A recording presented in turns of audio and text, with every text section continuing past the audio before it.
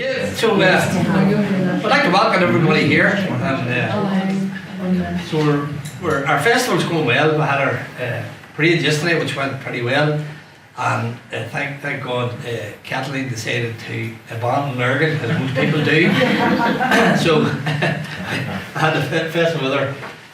We had lovely talks in Armagh as well, and so this is the next phase. But unfortunately, because of Kathleen, is it Kathleen or Catherine? Kathleen. We never get our walk up the mountain, but we were discussing there maybe doing it in the future, you know. So might do that. But this is not my first time doing a talk here, by the way. I did a talk on the McCanns. McCanns are, well, we should say that Joyce's two grandmothers were both McCanns from County Armagh. I haven't figured out, is it from here or from Lurgan that they come from, or maybe one of them came from both, you know, one from Lurgan, maybe one from here.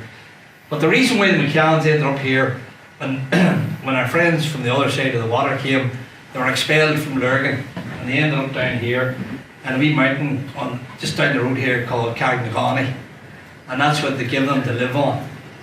Rory McPatrick McCann, and Tool McCann, the much maligned Tool McCann, he was probably born here, and he was the one that led the 1641 rebellion, or one of the leaders of it anyway. So there's a great connection between Lurgan and here. I've always loved this place myself. I worked for the street lighting department here in this area for a long, maybe 12 years, and loved to get out here, and always felt a spirituality here. Something very comforting about this area, and the people of it, particularly the character of the people of it. So the Yeats's father was born up in Tullalish, not too far from here. The Brontes, two uncles, they were United Irishmen, and not too far from here as well. I think the original Brontes maybe came from South Armagh anyway, and ended up in South Down. So they changed their name from Bronte to Bronte. So there is a great literary tradition, as you know. Bernard and Botanist, all about the great poets of the area as well. So James Lord told us about A's great influence on Glastonbury. And Glastonbury, they got their Celtic revival through the teachings of A. Russell and what he had revived. Now, if I think about that, this is one of the most sacred places in Ireland, never mind the British Isles. And, you know, we're standing looking at it. It's far more here, far more spirituality here than there would be in Glastonbury. And very few people know about that. So there's a great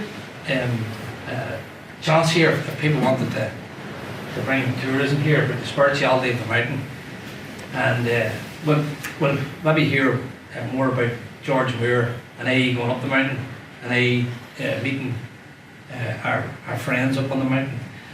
The Kaliak, as I said earlier on, is the same word as the Kali Yuga, which is from the Sanskrit, which is like 3,000 years before the birth of Christ. That tradition, those people from away, you know, those times were connected to the people here, and those same traditions, that same spirituality. And if you think about the sort of lead up to the 1916 Rising, the Irish Revival, and the people that took, the main people, that energy force that came, it was Ulster Protestants, a lot of them. And it was Ulster Protestants again back in the 1798 rebellion as well. So they were all, you know, those are people that put us in touch with our ancientness. And we're coming to a time in Irish history now where, you know, we may have to embrace each other's culture. And at that time, really, those people, the Ulster Protestant tradition, had embraced this ancient culture of Ireland.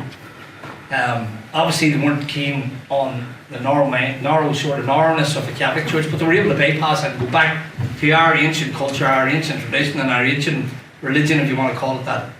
And they revived this for us and brought it back to us. And that's what they give back to us. These great O'Grady was the one that really started it, and A started reading O'Grady, and people started to follow O'Grady, and A got in touch then, not only by reading it, but he actually felt it and met the ancient spirits that we owe our whole culture to, our mythologies to. And so I think that's where we are. I'll probably stop talking now and let somebody else talk for a while. So thank you very much for coming anyway. That's more or less what I want to say.